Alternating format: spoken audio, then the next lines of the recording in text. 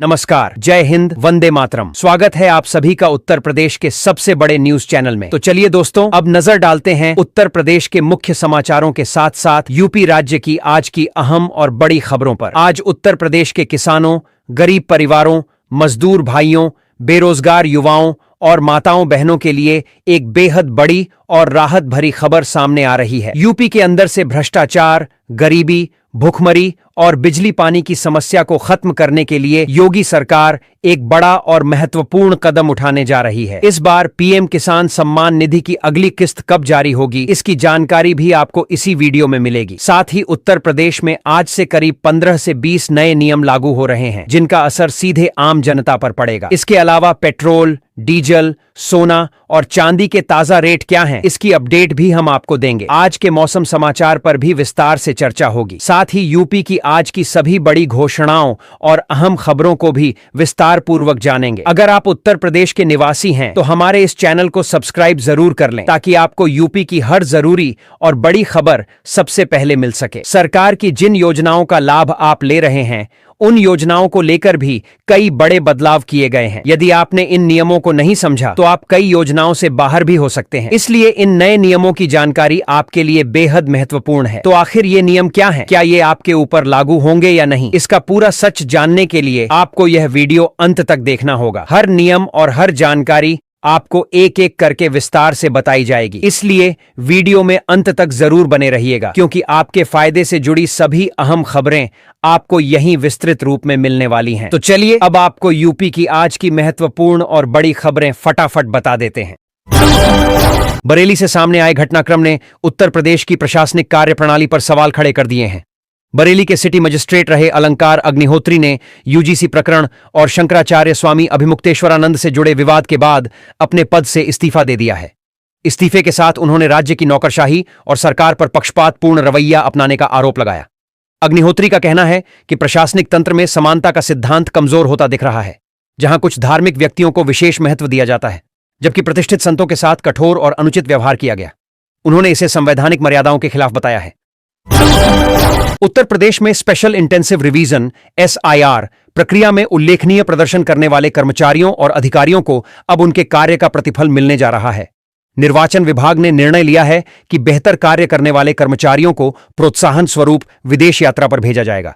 इस पहल के तहत booth level officer, electoral registration officer और डिस्ट्रिक्ट ऑफिसर स्तर के अधिकारियों का एक प्रतिनिधिमंडल इटली की यात्रा करेगा। यह दल वहां जाकर चुनावी प्रक्रियाओं और SIR से जुड़े अनुभवों का आदान प्रदान करेगा। मुख्य निर्वाचन अधिकारी नवदीप रिणवा के नेतृत्व में यह प्रतिनिधिमंडल शीघ्र ही रवाना होने वाला है। इस मुद्दे पर राजनीतिक प्रतिक्रिया भी तेज हो गई है।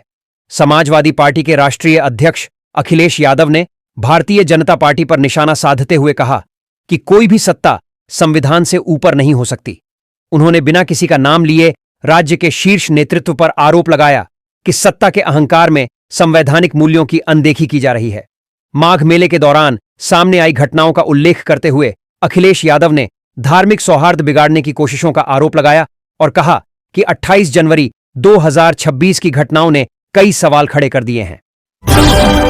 बरेली के सिटी मजिस्ट्रेट अलंकार अग्निहोत्री का विवाद अब राजनीतिक और प्रशासनिक चर्चा का केंद्र बन गया है। असुरक्षा और भय के चलते उन्होंने अपना सरकारी आवास छोड़ दिया है और जिलाधिकारी आवास पर बंधक बनाए जाने के आरोप दोहराए हैं। अग्निहोत्री ने कहा कि उन्हें अब तक इस्तीफा मंजूर नहीं हुआ है, लेकिन वे इस मामले में न्याय की लड़ाई उच्च न्यायालय तक ले जाने के लिए तैयार हैं।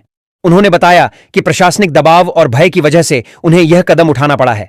साथ ही उन्होंने अपने जीवन संघर्ष की कहानी भी साझा की, जिसमें बताया कि कैसे उन्होंने पहले प्रयास में यूपीपीसीएस की परीक्षा पास की और प्रशासनिक सेवा में सफलता पाई। अग्निहोत्री का कहना है कि वह न्याय और प्रशासनिक ईमानदारी के लिए लड़ते रहेंगे और किसी भी दबाव के आगे नहीं झुकेंगे। समाजवादी पार्टी ने 2027 के विधानसभा चुनावों की तैयारी को तेज करते हुए वर्ष 2026 का पार्टी कैलेंडर जारी किया है। पार्टी अध्यक्ष अखिलेश यादव ने इस कैलेंडर के माध्यम से कार्यकर्ताओं को पूरे साल के लिए अलग अलग जिम्मेदारियां सौंपी हैं। इसमें संगठन को मजबूत करने और जनता से सीधा संवाद बढ़ाने पर जोर दिया गया है। जनवरी माह में जनसंवाद बढ़ाने और लोगों से मिले सुझावों को दर्ज करने का निर्देश दिया गया है, जबकि फरवरी में मतदाता सूची की गहन जांच का कार्य सौंपा गया है। वहीं जुलाई महीने में कार्यकर्ताओं को साहित्यिक चेतना बढ़ाने के उद्देश्य से मुंशी प्रेमचंद की कहानियां पढ़ने की सलाह दी गई है। गणतंत्र दिवस के अवसर पर उत्तर प्रदेश में शिक्षा और राष्ट्रभक्ति का व्यापक स्वरूप देखने को मिला। प्रदेश भर में 1,48,00,000 विद्यार्थियों ने एक साथ तिरंगे को सलामी देकर राष्ट्रीय एकता का संदेश दिया। शिक्षा को जन जन तक पहुंचाने के उद्देश्य से सभी 75 जिलों से कुल 375 शिक्षा रथ निकाले गए, जिनका नेतृत्व 4,500 शिक्षा प्रहरियों ने किया। इन शिक्षा रथों के माध्यम से सरकारी शैक्षिक योजनाओं, नामांकन अभियान और जागरूकता कार्यक्रमों की जानकारी आम नागरिकों तक पहुंचाई गई, जिससे शिक्षा के प्रति रुचि और सहभागिता को बढ़ावा मिला।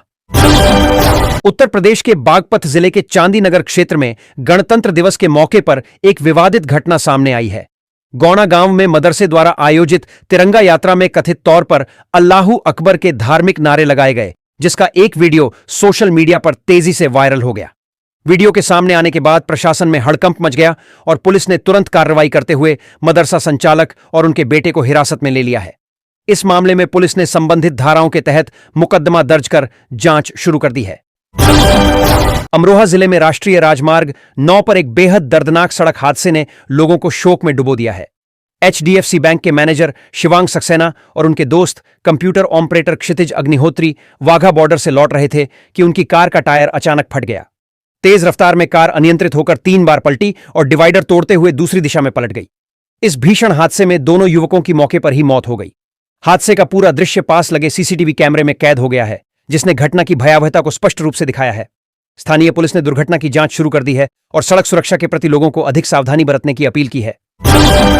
इधर कांग्रेस ने शंकराचार्य स्वामी अभिमुक्तेश्वरानंद की सुरक्षा को लेकर कदम उठाने की घोषणा की है। कांग्रेस के पूर्व MLC दीपक सिंह ने बताया कि माघ मेले में संतों के साथ हुए कथित दुर्व्यवहार को देखते हुए यह निर्णय लिया गया है। उन्होंने कहा कि 28 जनवरी को वे 150 समर्थकों के साथ प्रयागराज पहुंचेंगे।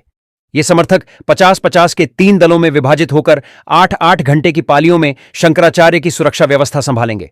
कांग्रेस नेता के अनुसार यह व्यवस्था स्थिति सामान्य होने तक जारी रहेगी।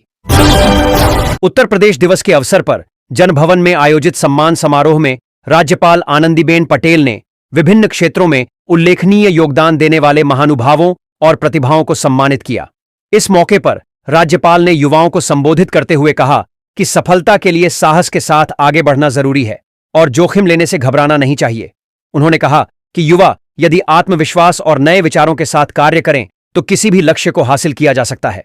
राज्यपाल ने सभी प्रदेशवासियों को गणतंत्र दिवस की शुभकामनाएं देते हुए यह भी कहा कि विकसित भारत के निर्माण में युवाओं की संकल्प शक्ति, मेहनत और नवाचार की भूमिका सबसे महत्वपूर्ण होगी और यही शक्ति देश को आगे ले जाएगी। गणतंत्र दिवस की तैयारियों के बीच झांसी से एक दुखद खबर सामने आई है। झांसी जिला जेल में तैनात 56 वर्षीय डिप्टी जेलर सुरेंद्र कुमार की दिल का दौरा पड़ने से मौत हो गई। बताया गया कि वे रविवार रात गणतंत्र दिवस समारोह के लिए अपनी वर्दी तैयार कर रहे थे। इसी दौरान उन्हें अचानक सीने में तेज दर्द हुआ। परिजन और सहकर्मी उन्हें तत्काल अस्पताल लेकर पहुंचे, जहां डॉक्टरों ने उन्हें मृत घोषित कर दिया। सुरेंद्र कुमार हाल ही में गाजियाबाद से स्थानांतरित होकर झांसी आए थे। उनके निधन से जेल प्रशासन में शोक की लहर है। वहीं राजनीतिक क्षेत्र में भारतीय जनता पार्टी के पूर्व सांसद बृजभूषण शरण सिंह ने 2029 के लोकसभा चुनाव को लेकर बड़ा संकेत दिया है। बाराबंकी में आयोजित एक कार्यक्रम में उन्होंने कहा कि वह संभवतः अयोध्या लोकसभा सीट से चुनाव लड़ सकते हैं। उन्होंने कहा कि इस संबंध में अंतिम फैसला समय आने पर किया जाएगा। बृजभूषण शरण सिंह ने यह भी स्पष्ट किया कि पार्टी के अंदर टिकट के लिए दावेदारी करना हर कार्यकर्ता का अधिकार है। उन्होंने विनय कटिहार की टिकट मांग को लोकतांत्रिक प्रक्रिया का हिस्सा बताया। उनकी इस बात को आगामी चुनाव की रणनीति का हिस्सा माना जा रहा है, जिससे चुनावी घमासान और भी तेज हो सकता है। वहीं राजनीतिक और सामाजिक स्तर पर UGC बिल को लेकर विरोध का माहौल लगातार गर्म होता जा रहा है। गोंडा के भाजपा विधायक प्रतीक भूषण सिंह ने सोशल मीडिया पर इस बिल की आलोचना करते हुए इसे इतिहास के दोहरे मापदंडों का प्रतीक बताया है। उन्होंने कहा कि इतिहास में बाहरी आक्रांताओं के अत्याचारों को भुला दिया जाता है, जबकि भारतीय समाज के एक विशेष वर्ग को अन्यायपूर्ण रूप से निशाना बनाया जा रहा है। इस कानून के विरोध में समाज के सवर्ण वर्ग में व्यापक आक्रोश व्याप्त है, जिसका असर प्रशासनिक अधिकारियों तक पहुंचा है। इसी विवाद के चलते बरेली के सिटी मजिस्ट्रेट ने अपने पद से इस्तीफा दे दिया, जिससे इस मुद्दे की गंभीरता और बढ़ गई है। 77वें गणतंत्र दिवस की पूर्व संध्या पर उत्तर प्रदेश के मुख्यमंत्री योगी आदित्यनाथ ने प्रदेशवासियों को शुभकामनाएं दी। इस अवसर पर उन्होंने कहा कि कोई भी राष्ट्र तभी महान बनता है जब उसके नागरिक राष्ट्रीय कर्तव्यों के प्रति पूरी निष्ठा और समर्पण के साथ कार्य करें। मुख्यमंत्री ने कहा कि भारतीय संविधान हमें स्वतंत्रता सेनानियों के त्याग और बलिदान की निरंतर याद दिलाता है। उन्होंने राष्ट्र प्रथम की भावना को सर्वोपरि बताते हुए कहा कि प्रत्येक नागरिक को ईमानदारी और जिम्मेदारी के साथ अपने दायित्वों का निर्वहन करना चाहिए।